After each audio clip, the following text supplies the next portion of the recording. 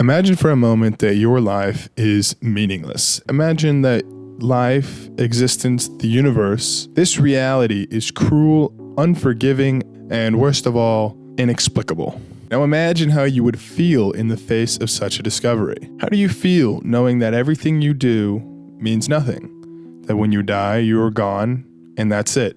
Now you may choose to believe this or not. I'm not here to tell you how to live your life. I'm not here to tell you that that's the truth and that's what you should believe. What I am here to talk about is the fact that we can come to that conclusion.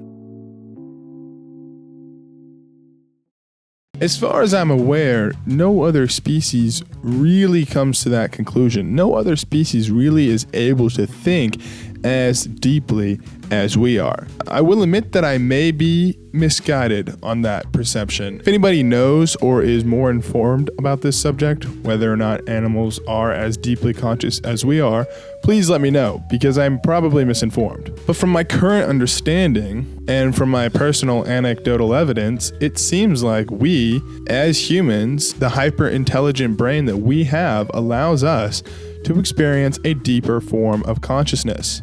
And that sounds great. That sounds like a good thing. Wouldn't you think that being able to really think and understand your reality would be a good thing? Wrong. I don't think it is. I don't think it's a good thing. And here's my reasoning. The happiest guy you know, the happiest person you know, probably doesn't give two fucks about philosophy, psychology, or the state of the world, or their place in the world. They just kind of do their thing. And you can call that cognitive dissonance. You could call that being stubborn. You might even say that that's a waste of humanity, a waste of potential, but I disagree entirely. I wish I could do that. I wish that I could be that guy. It sucks to understand, it sucks to have the capability to really think so far outside of myself and lose the plot of my own life, lose the scale and the framework of my own life.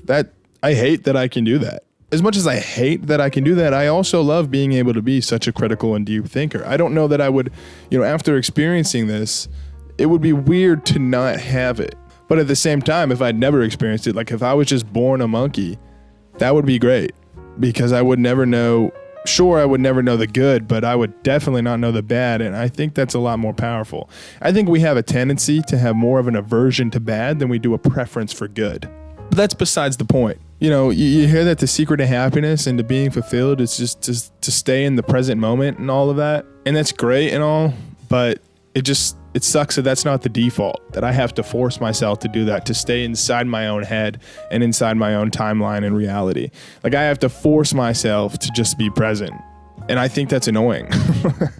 Like if I was meant to just act like a monkey, why wasn't I just born a monkey? But alas. Yeah, so that's the curse of consciousness, man. That is the curse of consciousness.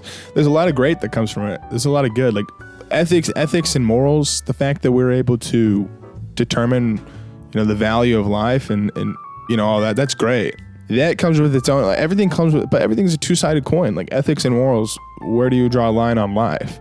Like why is a bug's life not valuable, but a dog's is? Some people have absolutely no problem with the mass slaughter of animals every day for human survival, and some people do.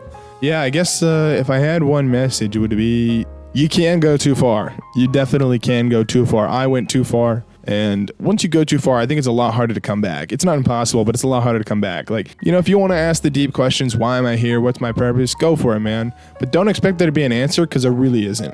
There's really not an answer. And you can get real caught up real fast on whether or not there is an answer to those kind of questions. Existentialism, it's a dangerous trap. Just accept that you're alive, deal with it, and move on, because that's really all you can do. That's what you're going to come to eventually. Stop asking so many questions. Be a little stupider. Live your life. Live in the moment. Anyways, see y'all tomorrow. Also, y'all like my outfit or what?